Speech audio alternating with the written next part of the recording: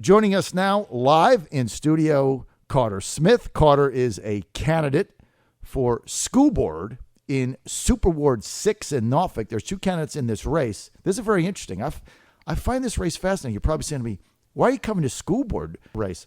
I find it to be fascinating because, one, it's in Norfolk. Two, it's coming up on May 3rd. Three, it's the first Norfolk school board election in history, so that's exciting. And there's only two candidates. Dr. Noelle Gabriel, who is an incumbent, not elected, appointed, and she's running. She's been on our show several times.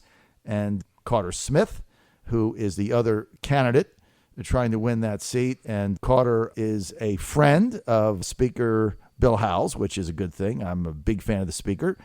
And so, Carter, good to have you with us. Thank you. It's really good to be here. Okay, so I've asked this question to everybody, but I'm going to just start with kind of the Carter Smith story. It looked at one time like you might be running for city council. Then you're running for school board. What inspired you to become a school board candidate? What's the inspiration here? Well, first I got to address your first phrase, which is I have never considered running for city council. It has never crossed my mind, nor has it ever been part of a conversation. But that is a rumor that folks who support my opponent have worked hard to spread. I have disputed it. There's absolutely nothing that justifies the comment. But I am committed to helping to improve Norfolk Public Schools. As a father of three Norfolk Public School students, I have a son in high school, middle school, and elementary school. I'm committed to public education in my city, and I am frustrated by the leadership, or lack thereof, that has been demonstrated by our school board for many years. Mm-hmm. And I believe with my background as a school volunteer, as a business owner, as a father, that I bring a set of skills and perspectives that will be helpful to turning around our school district, and it does need to be turned around. Well, look, it's a disaster. Let's not mince words about it. Your last superintendent was horrible. And by the way, I just want to point this out. One of the candidates running for Super Ward 6 City Council, Warren Stewart, I just want to, honesty is the best policy. Stewart was one of the guys who chose the former superintendent, who turned out to be a disaster. And he didn't really address that when I had him on my show, and I forgot to mention it. So I'm glad you brought that up. But let's get to your school system. 62% of schools in Norfolk not accredited. I mean, this is like a third world country. Okay. Secondly, 65%, over 2/3 of students in Norfolk in poverty on subsidized meals. So you got poverty, you got a disastrous school system that Carter creates a vicious cycle of just turning out people that end up bad things happen. That leads to the crime there, which is rampant. And it gets back to a failed education system. And so as a taxpayer or a resident of Norfolk, the first thing you owe your citizens is a school system they actually send their child to without in a failing environment. How are you going to fix that? Yeah, that is absolutely correct. Although I will say that we have bright spots and we have some amazing teachers in our city that are doing great work educating students against the odds. That being said, overall, we are failing our students and our city. We've got 60% of our student body is not reading at grade level. That's an unacceptable number. 60%. It needs to change. And one way that it not reading, just to reemphasize this, 60% of your students in Norfolk in public school system not reading at that grade level. That is correct. That's sick and sad. I do believe part of the solution, though, is attracting and retaining experienced teachers. We have had a outflow of teachers every summer, year after year, at an alarming rate. As I have walked this city and knocked on thousands of doors, I have had the chance to meet many of these teachers. And they love the students, but cannot stand the climate that they are forced to deal with. And until we have leaders downtown who are willing to address issues like safety and discipline in our schools and in our classrooms, we're going to continue to lose teachers at a rapid rate to early retirement or to neighboring school districts. Virginia Beach and Chesapeake love to recruit our teachers because they provide a better work climate. And even if the pay is similar, we have teachers making the choice to leave because we don't have good leadership from downtown to deal with the workplace climate. Now, your opponent, Carter Smith, in this race, Dr. Noelle Gabriel, so she's been on the school board for 4 years. Is she part of the problem? You know, I think we have 7 school board members today that are good public servants and that are trying hard. I believe that our school board struggles with the distinction between being a cheerleader and being a boss.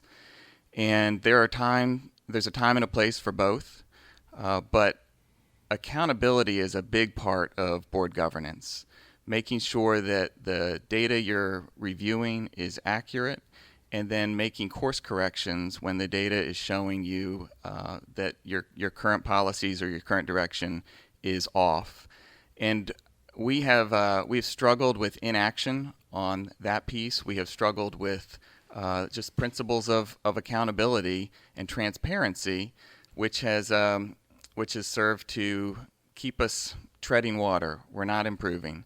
And until we change the climate and start behaving as a board the way that I think good board governance should, which includes asking tough questions and maybe stepping on the toes of some administrators, until we start doing that, we're going to get more of the same. Carter Smith, give me some of your distinctive policy differentials with Dr. Gabriel. Yeah, there are a number of things that set us apart. I do believe that I bring a budget mindedness, a budget acumen to the table that would be of benefit to our school board. I did not enjoy watching the budget process again this year. It was a formulaic approach that spreads resources out in a bit of a one-size-fits-all mentality. I'm a big advocate for creating choices for students of all levels and all abilities, so that we can offer, we've got 30,000 students in our school district, and the sooner that we can acknowledge that they all have different pathways to success, and some of those pathways include the need to have real good job-ready skills upon graduation. Technical certifications, apprenticeships, and vocational training should be a bigger part of our resource allocation when we are budgeting our schools and designing curriculums. And if we can create pathways for more of our students to graduate, not just with good reading, writing, and arithmetic, but with job-ready skills, we will start to elevate the outcomes. I think that's a point of distinction. I've been talking about that a lot. I believe that our teachers and retaining those teachers is perhaps the most critical issue that we face right now, because when every summer we lose institutional knowledge and good experienced teachers, the average age of our teacher goes down every year. Mm-hmm. That's not a recipe for success. When you put inexperienced teachers in challenging classroom environments and then don't support them with the proper developmental needs they need professionally, you get what we have. And so I would like a school board that has a direct line of communication with our teachers, so that the information that might normally get sanitized or massaged before it gets presented to the board by administrators can be unvarnished and can help our school board set policy and retention initiatives for our teachers that will keep more of them around longer. So your opponent in this race has essentially called for the same thing, increased transparency. So tell me the difference here. So the difference is one of us has a 4-year track record to speak to, and the school board has not excelled at transparency over the past 4 years. I'll point to the selection process of our newest superintendent. Last fall, we had a chance last year to engage stakeholders in the process. There are many school districts that do this. You create a confidential search until you narrow it down as a school board to the top 2, 3, 4 best candidates. And then you present those candidates to the stakeholders, teachers, parents, students, in public forums where those candidates can be vetted and assessed, and stakeholders get a chance to be part of the selection process. What that does is it does foster transparency, but it also helps to position that new superintendent for more broad-based support, which did not happen here in Norfolk. By contrast, she came from Worcester, Massachusetts. They hired her replacement about a month ago, month and a half ago. They created an open process in Worcester, and the difference in reception between the two in each community was quite pronounced. Carter, your opponent on our show the other day said, yeah, that's all fine and good. But he said, meantime, Carter Smith has never showed up at a school board meeting in his life. Is that true? And if so, why? Well, that's accurate, and it's been reported in the pilot. And yeah, I got a response to that. First of all, we have live streaming of our board meetings. They're also televised in my city on Channel 47. You do not have to get in your car and go downtown to watch and be part of the school board meetings. Secondly, I gotta say, I am trying to be positive on this. I am actively involved in volunteering at a school in Norfolk. It's actually in Super Ward 7, but I've been doing different things there, tutoring and summer enrichment programs for about 9 years now.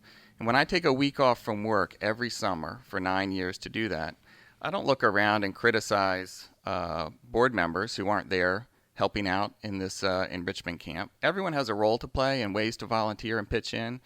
And my way to pitch in and volunteer has not been to be a board watcher, to be downtown. That's okay. And then lastly, I'll just say this.